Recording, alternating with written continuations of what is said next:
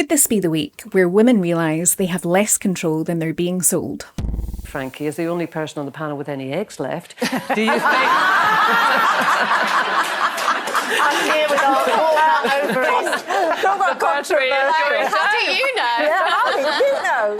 I don't know. I think, obviously, other than things like infertility and things like that, I think women are just being given more options now. Like, I just think it was something we were taught when we were younger. You get married, you have kids, and I think the conversation around that has changed a lot. Did you feel that? Yeah, definitely. I had my kids when I was 24, my first, and got married when I was 25. Frankie Bridge speaking on ITV's Loose Women on Friday. Kat, what's the story? Well, the Cosmopolitan magazine editor Helen Gurley-Brown first posited the question, can women have it all, in 1982.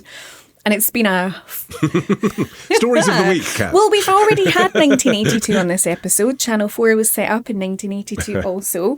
But that has been a fundamental argument of the feminist movement ever since.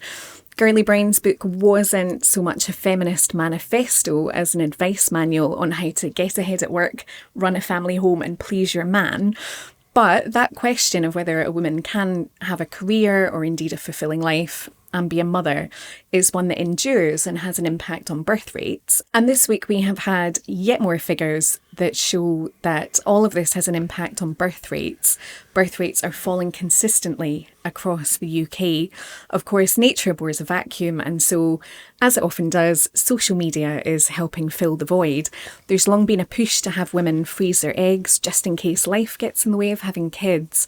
But now there's an increasing online trend for women to have their hormone levels checked with a view to finding out what the long-term fertility picture looks like for them. But the question is, are these tests all that they seem? OK, lots to talk about there. But firstly, because I'm glad you picked up on the social media thing, we've talked a lot on the show about falling fertility rates, but we haven't talked about fertility anxiety, mainly for women in their 30s. You're one of those. Can you relate to this? I can, and I actually had IVF last year. It didn't work, sadly. And I just assumed that it would all be fine. I thought that I could prioritise my career, push forward with doing everything else that I wanted to do, and everything would fall into place, which it didn't.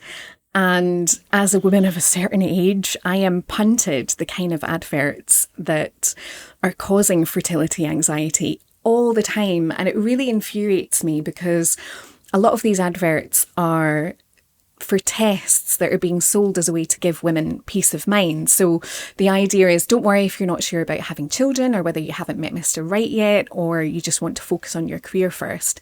Take this blood test and everything will be okay. And the blood test in question is one that measures a hormone called AMH, which is linked to the number of eggs that a woman has in her ovaries. And it's given to women who are considering fertility treatment because it tells you the approximate number of eggs that you have that can be retrieved for IVF or for egg freezing.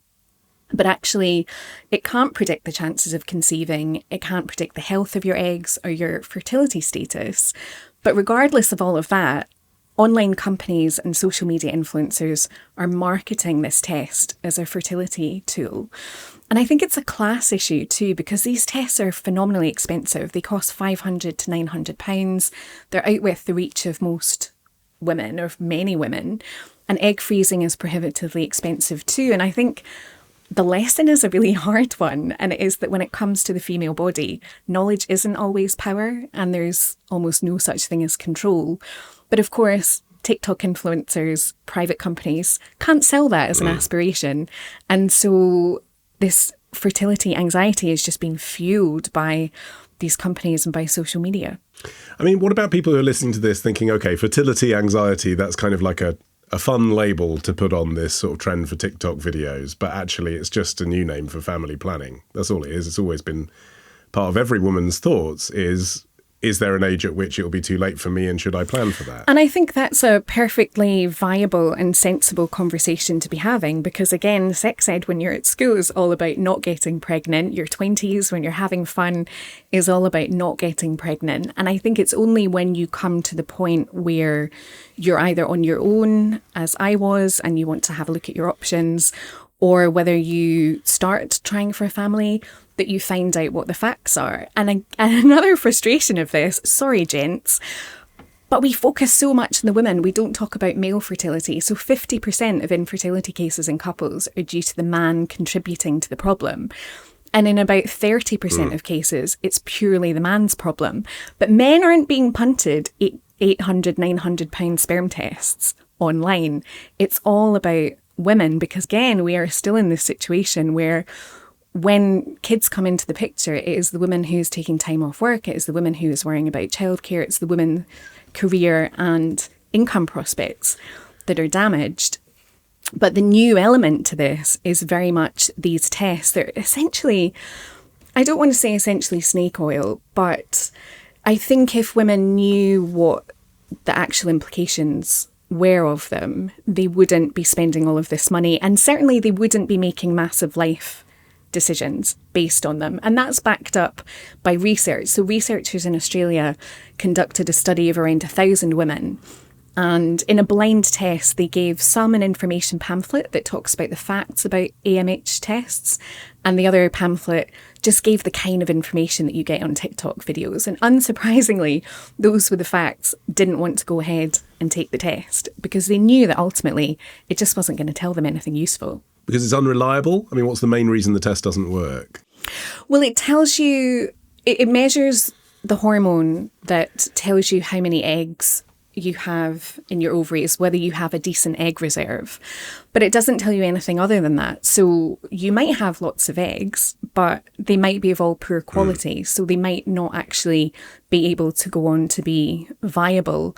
Or you might have a partner with a low sperm count, you might have something else that's a problem. So when I decided that I wanted to go down the IVF route, I went to get checked out. Coincidentally, when my appointment came through, it was on my birthday, so that was a lovely birthday treat for me. And everything was perfect. Everything was absolutely fine. I was given the green light, 2 thumbs up. My best friend from high school did it at the same time as me. Sorry, this is maybe going into too much detail, but Never. when I had my IVF cycle, I produced 5 eggs and my friend produced 1. And it didn't work for me. Whereas for her, she had a 5% chance of conceiving, and now she is a beautiful, healthy 14-month-old boy. I know this is a tiny sample size. My other friend has a brain tumour and had extensive chemotherapy and radiotherapy, was told that her chances of conceiving would be damaged. She and her then partner, now husband, froze some embryos just in case of that eventuality.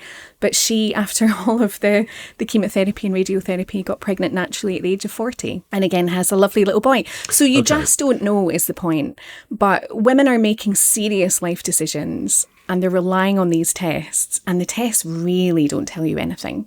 Okay, putting the test to one side though, Scott, I mean, as Kat's just demonstrating, and thank you, Catriona, for sharing all of that, but actually the conversation, I mean, no one wants to provoke anxiety, but the conversation around fertility, it's a good thing for people to be talking about that and sharing that, isn't it, in their own experiences, because it is a fact that fertility declines in both genders the older you get. I mean, I think it's a double-edged sword. I mean, I think social media has been fantastic in terms of highlighting people's experiences and uniting people, but I think it merely adds to pressure. And I think it's also the fact, as rightfully pointed out, there isn't really, I think, as much a conversation as there should be in regards to male fertility as there is in regards to female fertility.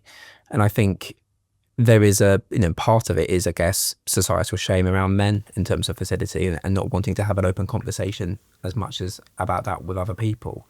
I mean, I find that the whole premise, to me, generally, of influencing is something I absolutely loathe. I've never understood it. I've never understood the idea of, companies paying people to just talk without any criticism about products and saying they're fantastic. I mean, I think by and large, it's a form of advertising, but at the same time, it's a form of pressure that comes with it. And I just hate it. I mean, I'm not mixing my words here, but I do. But if the technology was available, Jamie, and Kat's cast, doubt on the validity of this technology, but if the technology was available for anyone to assess what their fertility was, and let's put aside the cost, let's say that you could do it on your iPhone and the app cost £5, it's not a bad thing, is it, to be equipped with information if you can get it? No, and I think it's about where it comes from. As Scott was pointing out, it can come from fairly nefarious sources, and I mean, I think the fact that the NHS doesn't provide routine fertility screening, that could be something that a future. I mean, what's interesting is that if you're right, Ollie, as you were saying earlier, that there's a potential for a reform government. Nigel Farage has been very pro natalist in terms of wanting more babies in the UK. So it'd be interesting to see what inaction he takes for it with regards to some of this. But to go back to your question, I guess it isn't a bad thing to know more about your body, but it is about, where is it coming from? Where does the pressure, where's the pressure from? Who's behind it? I think we were talking about egg freezing. Obviously, it's seen like a massive rise. 4,200 women froze their eggs in 2021 in comparison to just 400 in 2011. But I think the factors that only 1 in 5 treatment cycles actually result in a baby, but it's given and advertised as we were saying, as if this insurance policy, as if there's almost a way in which it's kind of, don't worry about it, you freeze your eggs, you've got a kind of guarantee. Storage limits were expanded to 55 years in 2022, and so suddenly all of that advertising just went to younger women to be like, hey, did you know that you can keep your eggs frozen for the next, 20, 30 years? I agree that technology has a role to play in helping people be more get more knowledge, but I would prefer to see it come from the NHS or from sources that you can trust that aren't just trying to sell you, as Catriona said, snake oil.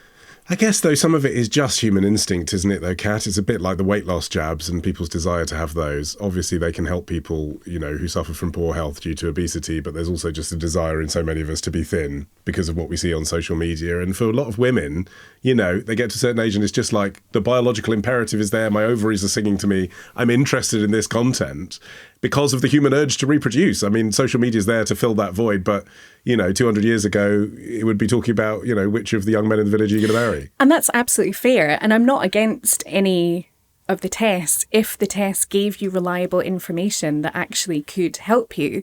The problem is this test really doesn't tell you very much, which is why it's not offered routinely on the NHS. It would be a waste of taxpayers' money.